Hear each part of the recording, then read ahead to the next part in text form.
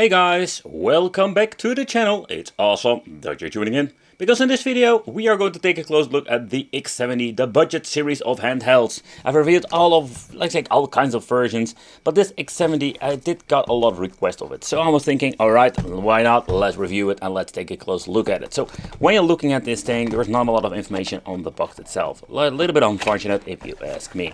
But inside the box we're going to get ourselves, yep, it's a very familiar one.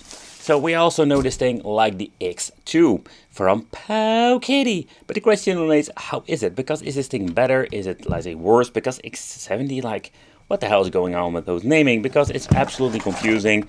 Of course, not to forget, we're going to get ourselves the toilet paper manual like always. Yeah, that doesn't explain a lot, basically how the system works, or better said, where to find the buttons, and the Type-C. Yahoo! For basically connecting this device. But I'll do a quick overview of it, and the first thing is like, oh, this thing smells very nice.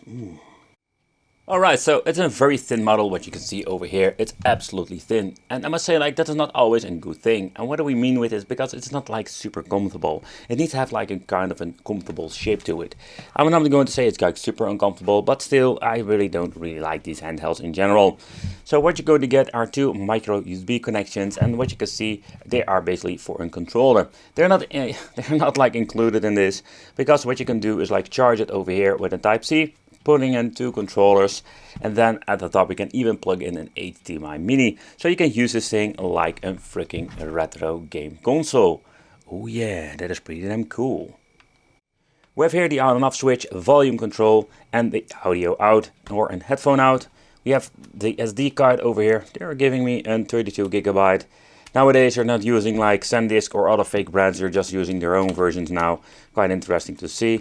At the top we're going to get only two shoulder buttons, so we're all limited when it comes for playing games, and that's a little bit unfortunate.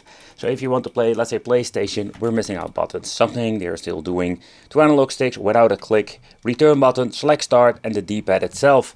I must say the D-pad feels kind of flimsy, like, I'm not a big fan of it. Also feels kind of weird, but I'm going to test it out. What are we going to get in general with the D-pad, and is it any good? But let's power it on and let's see what we're going to get with the display and all the other shenanigans. And okay, the thing is, let's remove this screen protector. Oh, ASMR mode.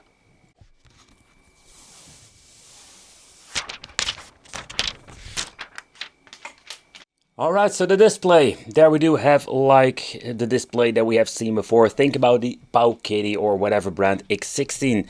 Here you can see like the viewing angle is pretty damn, let's say, basic. So the panel they're using, it's not really great. Oh boy, so the front plexi is very reflective. And the reason I find a little bit of a bummer with this display, you can see I have like a dead pixel fest over here. This is the number one. I will give you like another overview. This is number 2. Let's see if I can give you an up close. But when you're going to look into the screen, and you will maybe see it when recording, but oh boy, my version has like 5 dead pixels in it. It's absolutely hilarious if you think about it. Like, how bad can it be? It can be that bad now. I'm thinking they will be losing the horrible menu that I've seen before with the PS Vita knockoff. The menu is very responsive, so that is a very positive thing, because the previous one was pretty damn awful. Pressing shoulder button, here you can see other types that we can be playing on it. And it goes up to PlayStation 1. We also seen it with different Powkiddy or other brands. They're using the similar like specifications, and also menu itself. We do have favorite list, history. We do have the search option over here. The search option is not super great because it searches on the file. So let's say you want to search for Sonic. I wish I had a touchscreen with this. It would be so more convenient, but okay. But here you can see like the search function doesn't work great, because if you're going to look into the list you will find a lot of Sonics, but somehow it only basically searches and finds these two. So when you're looking at absolutely garbage, the file system, here you can go like into the file system of this D card. If you want to load up a video file, for example, you can do it over here. So yeah, that's basically what it is with the machine and the menu. The machine! Yeah, it's pretty damn shitty. Alright, so let's do a quick overview of the special button over here, because here we bring you back into this special menu where you're going back from the game into the, as I say, a special like sub menu where we're going to exit the game, but also going into the settings. With the settings we can mess around with the digital, like an analog option for the joystick. We have like option for full scale and scale for the screen size. Take consideration that everything works perfectly. I do have like this weird widescreen that it completely messed it up. Sound option. You can even like turn it on and off, stuff like that. And here we have even have key mapping if you don't like the configuration. So when it comes to the extra menu, including a quick load, quick save, you do have some extra cool stuff to it. But let's try some games. Alright, so the first thing I've noticed with this, the audio quality in general is not super bad. But it is also not very loud. So when you're looking overall with the quality when it comes to the audio, yeah, you can hear like the emulation is pretty damn messed up. So let's give you a quick example. Let's boot up the game. You will see how bad this is. So this is basically like just 16-bit. So in my opinion, what they're doing, like they're giving you like new kinds of ways to play with different models. But they still didn't improve anything to the back end. And you cannot change out emulators or, you know, you only can swap out with like the ROM files or games, but that's it.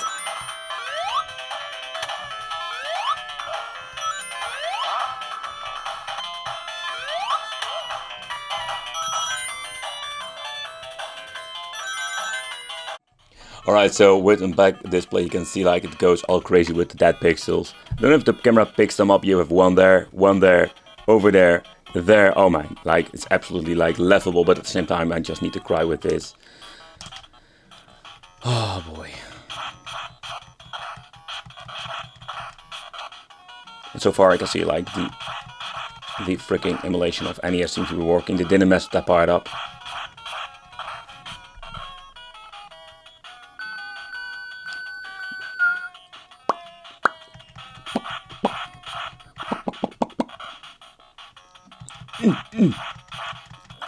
Let's try some Roadhouse. Roadhouse. Alright, so next up, let's try some Super NES. Curious how this will run. You know...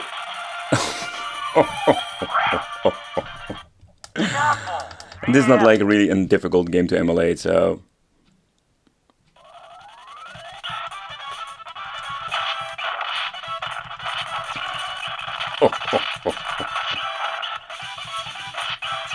Really runs like shit, baby.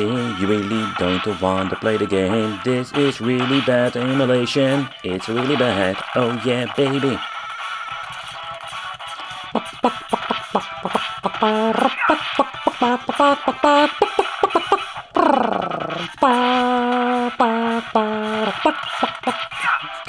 Oh man, oh man, oh man. Alright, so let's next up try the D-pad.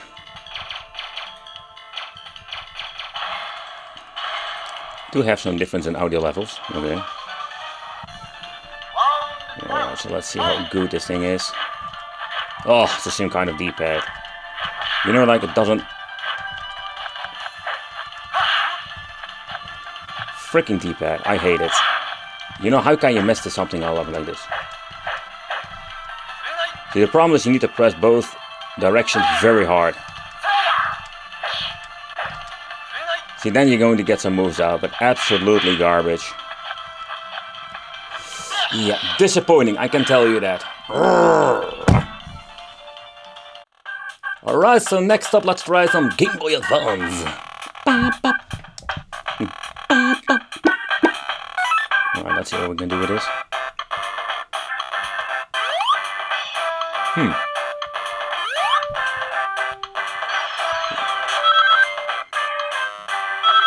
Or just the game in general, but sometimes I do have the idea that we have some audio delays with sound effects. It does seem to be working just fine.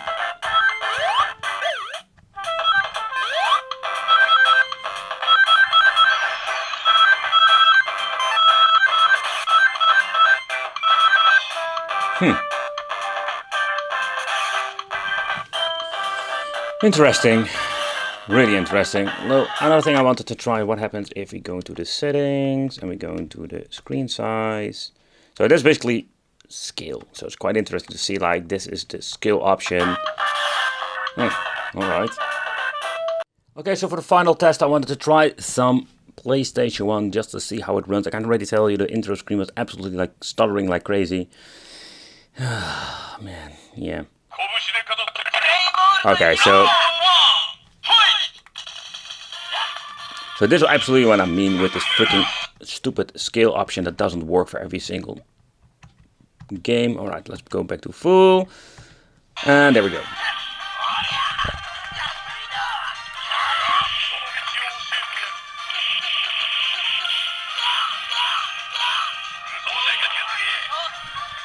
But you can just hear it started like crazy.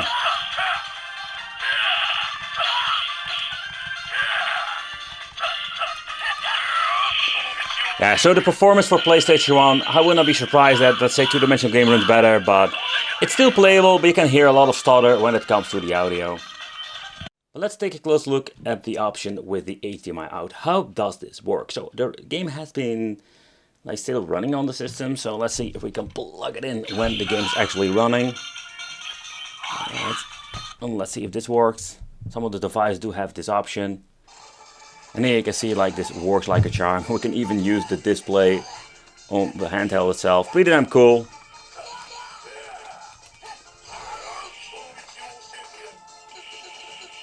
But I think it's really damn cool feature. So you can use this thing like a game system on your television. So yeah, an option we didn't have many, let's say handhelds before this, or sometimes.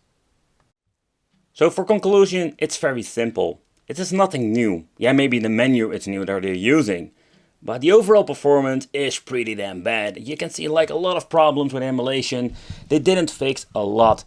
Better said, I do guess like, do they even fix anything? So the overall performance is pretty damn like bad. Also the D-pad I really don't like. I basically like hate it. Wrong position and absolute place like garbage when it comes to fighting games. The form factor, yeah, it's slim, yeah, it looks kind of cool, but that's it. I personally really don't like this product in general, and I don't say that very often like this, but I'm quite disappointed. After reviewing so many of these handhelds, you would expect to get some things right. Yeah, okay, the HDMI function is pretty damn cool, but if the emulation is pretty damn bad to a certain point, it stutters and it doesn't have like a good FPS, what's the point? I want to thank you for watching. Consider subscribing, hit that little bell, become one of the Wicked family, and it would be great to see you in the next video.